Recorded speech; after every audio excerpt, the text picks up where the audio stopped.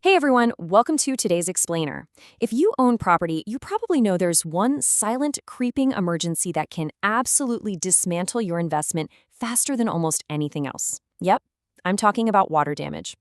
Today, we're zooming in on a very specific, high-stakes battleground. Everett, Massachusetts. Because when water breaches a home or a business, it's not just a messy cleanup, it is quite literally a race against time. Okay, I want you to literally burn this number into your brain. 48. 48 hours. That is the exact window of time you've got before toxic mold starts to aggressively grow and multiply in a damp Massachusetts home. You know, our human climate, right? Well, microscopic mold spores are basically just sitting there waiting for the perfect moisture conditions. If water sits around for 48 hours, you aren't just dealing with a water problem anymore. Suddenly, you've got a toxic mold problem on your hands, and that triggers some incredibly strict state remediation standards, not to mention severe health risks. Section 1. Everett's unique water threats. Okay, let's dive right into this. Why are we focusing specifically on Everett? Well, it's basically a perfect storm of geography and architecture. First off, Everett sits right at the confluence of the Mystic River and Island End River. It's surrounded by water on three sides. That creates these really high water tables that are constantly pushing groundwater right against basement foundations, especially if you're in those low-lying waterfront areas. Add in the city's flat topography, and let's be real, aging combined sewer systems, and even heavy rainfall can easily overwhelm the infrastructure. We're talking severe basement flooding and sewer backups near places like Everett Square and Ferry Street. And then there's the housing stock. Everett has these dense, classic wood-framed triple-deckers in places like Glendale. A lot of them use balloon frame construction. What that means is, if a pipe bursts on the third floor, that water travels incredibly fast, straight down through the wall cavities, and it can wreck multiple units in a matter of minutes. Section 2. The race against time. Because of that super vulnerable architecture, the clock starts ticking the absolute second water breaches an Everett property. Honestly, it happens way faster than you probably think. Within just minutes of a leak or a flood, porous stuff like your carpets, the padding underneath your upholstery, it all completely saturates. The water is already spreading out laterally and leaking right up into your drywall. Fast forward to the 24 to 48 hour mark. Your drywall actually starts to swell and physically break down. And like we just talked about, this is exactly when those mold spores activate. And if you let it sit for weeks, oh man, you're looking at total structural rot in the framing, severe biological contamination, and what could have been a totally salvageable situation just turns into a massive total loss renovation. And that super aggressive timeline is exactly why professional restoration crews in the Everett area target a strict 60-minute emergency response time.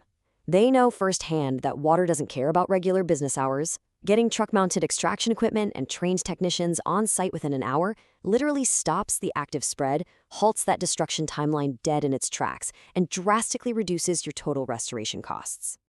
Section 3. Understanding water categories. Now, what's really interesting here is that not all water is created equal.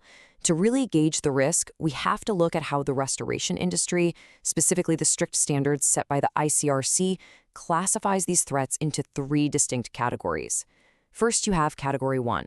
This is clean water, like from a burst supply line, no immediate health risk. Then there's Category 2, or gray water. Think of a dishwasher overflow. It's got some contaminants in it, but it isn't highly toxic just yet. But then we hit Category 3, black water. This stuff is highly dangerous. We're talking raw sewage backing up from Everett's Crewvine sewer systems or nasty external storm flooding. Dealing with this requires specialized EPA-registered disinfectants, full protective gear, and the absolute complete removal of all affected porous materials just to meet Massachusetts health codes. And here is the hidden, compounding danger of waiting around. Category 1 clean water. It automatically degrades into Category 2 gray water after just 48 hours of sitting on porous materials. The bacteria literally begins to multiply. So even if you just had a perfectly clean pipe burst, if you don't get that water extracted immediately, you are suddenly dealing with contaminated water. The clock is always ticking. Section 4. The science of drying. To fight back against all these risks, we have to rely on authoritative science. A lot of folks think they can just handle a flooded basement with whatever's sitting in their garage. But consumer DIY tools, shop vacs, small home dehumidifiers, they might suck up the surface puddles, sure, but they leave massive amounts of hidden moisture completely trapped inside your walls and under your floors. Professional teams come in with truck-mounted extractors that pull out vastly more water. And more importantly, they use thermal imaging cameras. These cameras literally let them see the cold spots of water hiding behind your plaster walls. Plus, they use penetrating moisture meters to physically measure the water content deep inside the structural framing.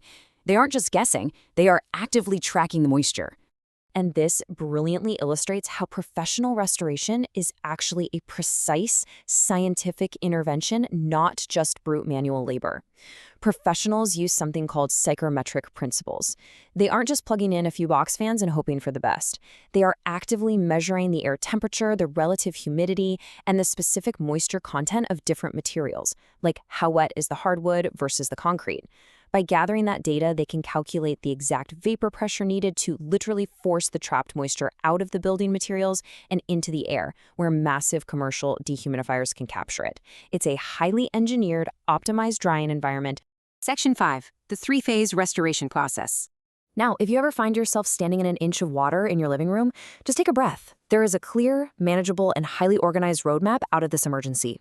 Step 1 is emergency extraction, and this takes about 4 to 8 hours. This is where crews jump in to stop the leak, suck up the standing water, and tear out any unsalvageable soaked materials. Step 2 is structural drying.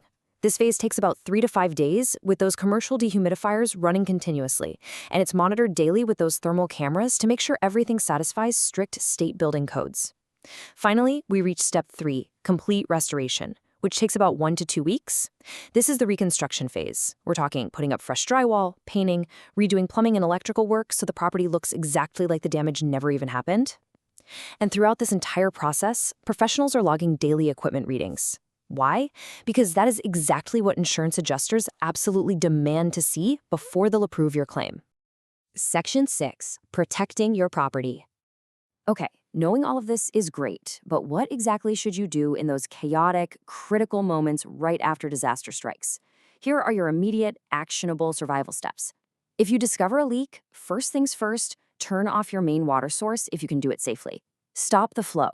Second, safely remove whatever standing water you can handle, but please do not wade into deep water or anywhere near electrical hazards. Third, and I cannot stress this enough, take photos and videos of absolutely everything before you move a single item. Insurance companies require heavy, detailed documentation, and without it, they could flat out deny your claim. Finally, call IICRC's certified professionals immediately. Seriously, do not just throw a towel down and wait for the morning. I want to leave you with this really powerful summary statement from our sources today. Time is your most valuable asset in water emergencies. Delays turn minor incidents into major renovations. In a place like Everett with its older buildings and high humidity, water is just relentlessly efficient at destroying property. Your one and only defense is to be faster and smarter than the water. So what does this all mean for you? Well, it brings us to one final provocative thought. Look around the room you're sitting in right now. If a pipe burst inside that wall, or if water started rising up from the floorboards this very second, would you know exactly what to do in the first 60 minutes? Knowing exactly where your main shutoff valve is, having your insurance info handy, and having the number of a rapid response restoration team already saved in your phone, that preparation could literally be the difference between a minor unknowing inconvenience and losing your property entirely. Stay prepared out there, and thank you so much for joining me for this explainer.